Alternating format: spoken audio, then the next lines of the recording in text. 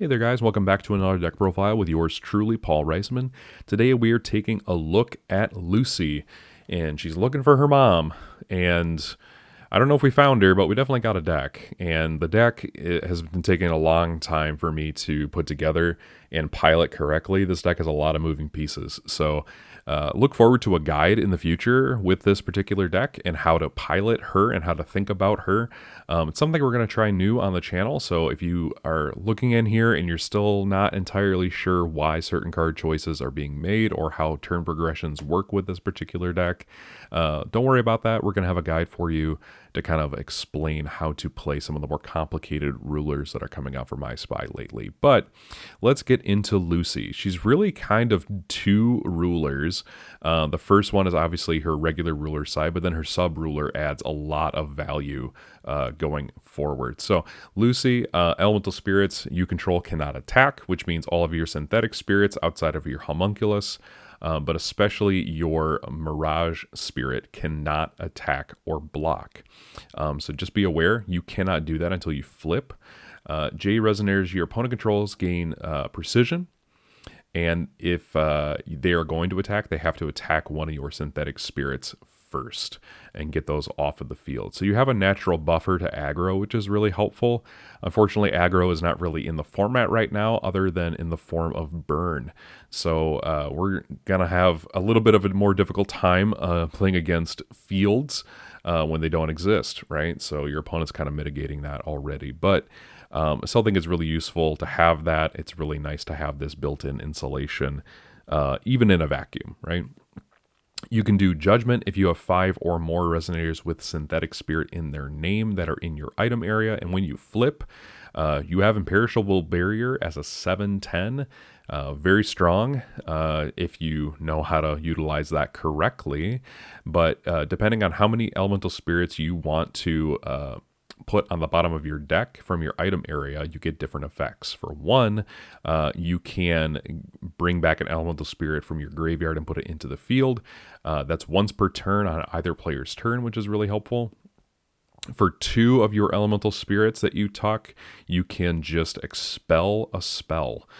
You can do that once per turn on either player's turn. And then for 3 elemental spirits, you can flood the field with up to 5 elemental spirit resonators with different names from your item area and put them into the field. And those are all going to trigger their enter abilities and search for more cards.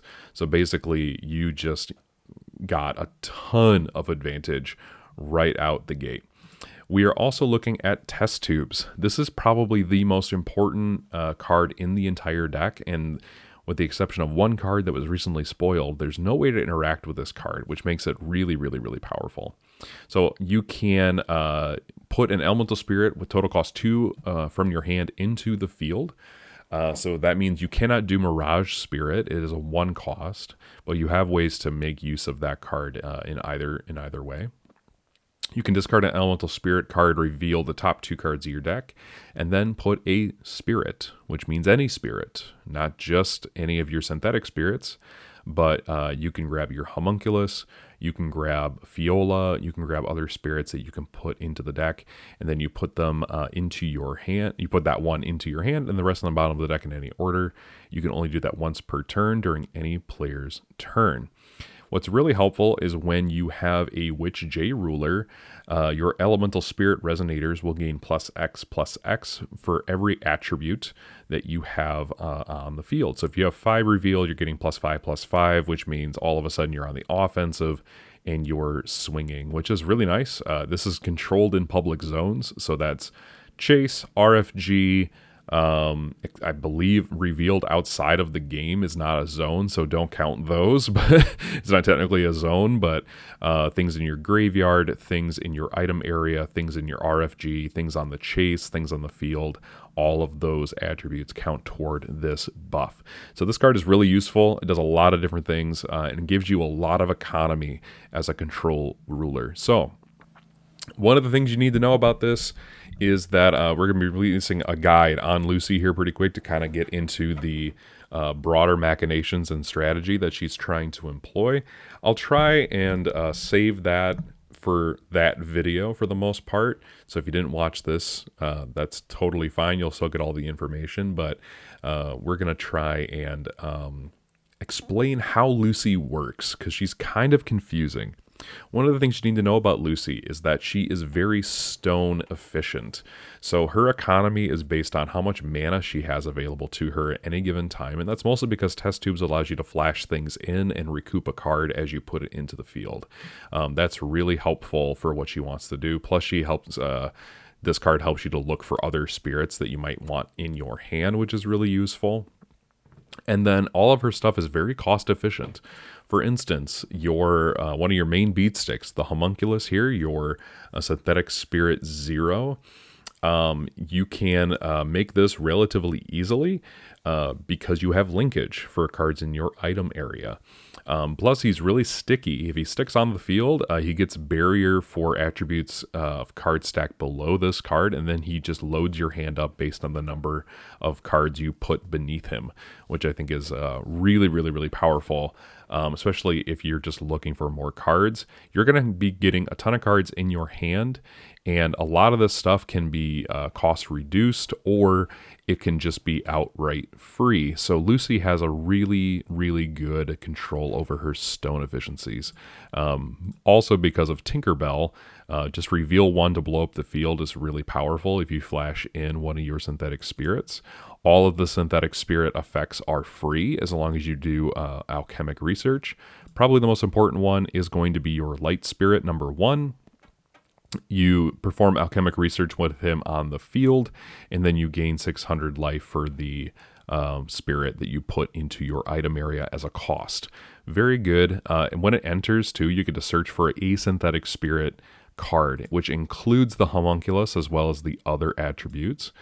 This is not dependent on your opponent, so that's why I consider him to be the most important synthetic spirit. We play 1 of red and 1 of blue as well. These don't have as much relevance in the current metagame, so I reduced them down to just 1 of each. They're just names to help Lucie do judgment. They might see more play in the future, depending if we have more board presence, or I'm not really sure how this is much better than Darkness Spirit, which just outright destroys something, but this might see more play in the future if it's needed. Playing 3 of the Green Spirit, this produces a blue, which is helpful for playing Mirage Spirit, which is also an elemental spirit, by the way. You can use that blue to play elemental spirits, which is really helpful. Notably, you cannot do that for Homunculus, because Homunculus is a spirit Homunculus, so you cannot pay for him using that blue. Just be aware of that, and if you're not, no one's gonna blame you. Definitely played Homunculus off of this card's will production without recognizing more than once. You cannot do that, so just be patient with yourself. The deck is very complicated. This is really useful in the event that you are playing Mirage Spirit, or if you're just looking to search. Other than that, I don't see myself producing the blue very often, mostly because you do not want to be proactive in playing your synthetic spirits. Not a very helpful thing to do in this deck. You want to save your will for your opponent's turn so you can interact relatively easily for relatively cheaply. At least that's how I play the deck. We also play 3 of the Darkness Spirit. This is probably your second most important spirit. This is the thing that destroys things on your opponent's field if they ever decide to throw something onto the field. It's a free effect. It's so good. So good. I'm only playing 3 because I can search it out, and I needed room for all of the other good stuff that we have in the deck. In the event that you have an opponent's card on the field with Eternal, that's why you play Falchion, to bounce that card, draw more cards, and then just have this really solid control resonator on the field that's going to be really hard to get rid of. Very strong card in this particular deck because of the synthetic spirits working best in the graveyard, not necessarily in your hand. So Falchion, very good for this particular list. Playing 2 Spirit of the Mirage Ruins. This card can be relevant in the Leon matchup, mostly because if they're playing the aggro variant where they have the spirits that are coming in from the deck, having this card on the field means that that thing gets expelled relatively quickly. It's also untouchable, so it's really hard to get rid of if it's not vertical. If it's horizontal, it's going to be really hard to get rid of outside of attacking it. It's really good for that particular reason. And you can also find it off of the test tubes, which is really helpful. Comes in off of the blue mana from your green spirit, which is really helpful as well. It also helps against wise dragons your opponent might play, or any of the other free resonators that we're tossing into the field without paying their full cost.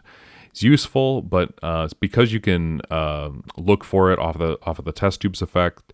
This card may or may not see much more play depending on where the metagame goes, frankly. I'm not really sure where this fits in right now. It's kind of in a weird limbo, but still good, and you can search it off. Plus, it can stack beneath the homunculus, which gives you an additional card draw. So it has its uses in this deck, which is why we play it. For mirror, because it's mirror. It's mirror. Play it. 2 Tinkerbell to blow up the field. Potentially draw some additional cards if you flash in your Mirage Spirit. Can be helpful there. But in that scenario, you're going to be wanting to pay 3 mana. Otherwise, it's going to get expelled, and then nothing happens. So just be aware of that. 3 Fiola. So this card is really helpful in the deck because you can find it off of test tubes, searching off the top of your deck. Plus, it is not a cancel, which is really helpful in some matchups. It really gets around things that are not resonators, things like gates, things like Heavenly Magic, Refarth, things like that are really helpful for this card to get rid of.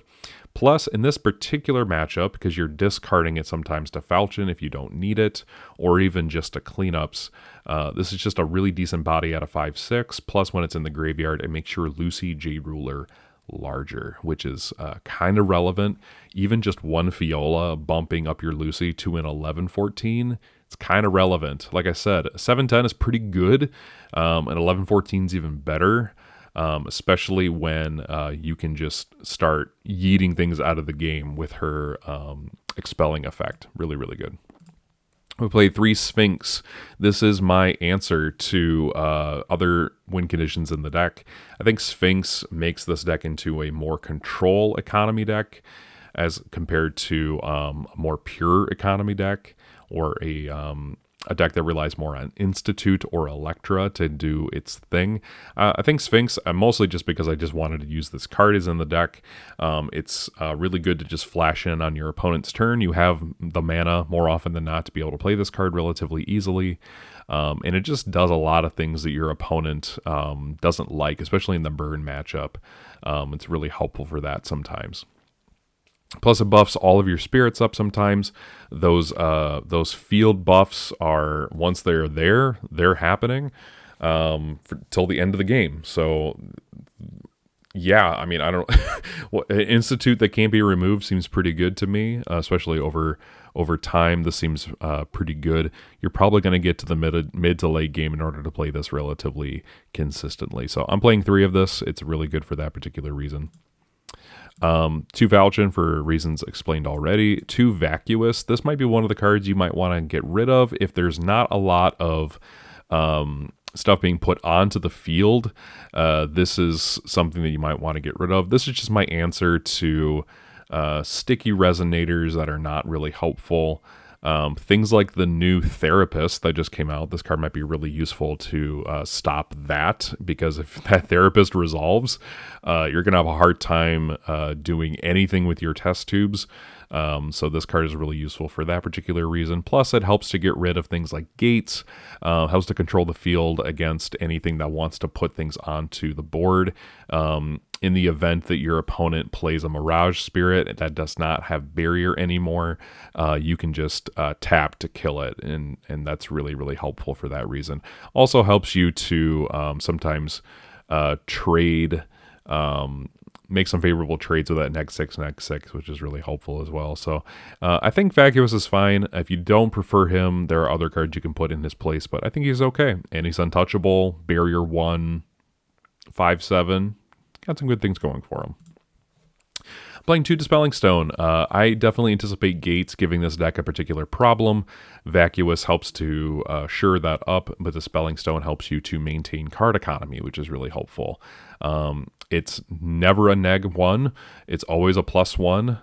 So that's really, really helpful. And I just think Dispelling Stone in this deck has a really good place. If you don't need it, you can just toss it to your Falchion, and then that's really helpful for just controlling the field as well. 2 GST, this is the other standard card that you need in the format. It dodges Mirror because it's a 2 cost, but it also does something where it unlocks fields that feel pretty shirt up, right? If your opponent has stuff with Eternal, now your Homunculus, your Tinkerbell can blow those things up. If they flash in a Mirage Spirit against your stuff, all of a sudden that Mirage Spirit isn't doing anything to you anymore. If your opponent has a Sphinx, now you can pop it. If your opponent has anything with Barrier, it's now destructible according to you're having a Darkness Synthetic Spirit on your field. This card is just really useful for a lot of different reasons. Probably a staple in the format as it is right now. Definitely play 2, might even go to 3. It's that good. And then last but not least is 4 Ice Shackles. Shackles of Ice is really good in this deck because it does not hurt Lucie. All of the effects of things going into the item area, alchemic research, all of that stuff that's on test tubes, none of that is touched by Shackles of Ice. So this is your way of slowing down Lee Index so your economy can start to take place, and their economy is really hard to establish. They do play Dispelling Stone, which can be kind of an issue for you if they happen to have that in their opener. Otherwise, you're sitting okay for the rest of the game. Even if this is on the field for 2 or 3 turns, you start to amass an economy against them, which is going to be really, really, really helpful. Excuse me. So Shackles of Ice, really powerful card. You can main board it, and if you don't need it, you just pitch it to Falchion or pitch it to cleanups. You have that many cards in your hand, or you just mount them onto the field. Really solid card. It also doesn't touch your J-Ruler side, which is really helpful. So this card, it just seems like it just makes a natural fit into the deck. Magic Stones, we are playing 6 of the 4C stones, 2 of which are the white-blue, 4 of which are the blue-green. This is a really good way of setting up your test tubes to be able to get something off the top so you don't feel like you're whiffing nearly as much. This card's really solid for that particular reason. Plus, it makes all of your colors. We're going for the green because there's some green cards that you could put into your sideboard that could be really useful. For instance, Pharaoh's Spell is something I'm really, really, really considering for the side deck. Plus you have Shiva, which is also really good for powering up all of your synthetic spirits. When you flip Lucie, all of a sudden now they're getting the stat buff from the +1/+1 counters that you have from Shiva, plus the plus X from your test tubes. And so that's a way of sort of closing out the game. And just having access to green is really helpful for that particular reason. We're playing 2 of the Chrysobarrels. This is really good for the same reasons. It's just really helpful to get into the different colors that you need for 100 life. And then we're playing 2 Spirit Stone of Alexandrite. This is a way of making sure that the stuff that's stuck in your hand gets into your item area. And then it becomes a dual, tri, quad, 5-color stone, whatever you need it to be, depending on what it is. There's also a really neat trick that you can do with this, where if you see this off the top, it does feel a little awkward, but you can put one of your synthetic spirits from hand into the field so that its enter effect triggers before this enter effect resolves. You just bring out one of your synthetic spirits that is kind of just one of your bricks or one of your garnets, if you want to say that. It's kind of appropriate for this particular deck. Find your red spirit or your blue spirit and just put them right into your item area, and then you have access to those colors right away. It's really helpful for that. Other than that, you can just play Moonshades if you feel more comfortable. It makes your Shivas a little bit more accessible, so that might be something. But I just like unclogging my hand in this particular deck, and there's ways to stack things up that this card feels really good to see off the top. Other than that, guys, this has been a long video, longer than I would have anticipated. Look forward to a guide on how to play Lucie and how to use her in a little bit of a different way than what some people might be thinking. I think this deck warrants a guide. It's very complicated, so look forward to that sometime in the future. Let us know what you think of this deck down in the comment section down below. While you're there, hit subscribe, ring that bell, and give us a like as well. It really helps the video out and helps you to see more content like this. All of that being said, guys, this has been Paul, teaching assistant here at Ruler School TCG, saying class is dismissed. See you around.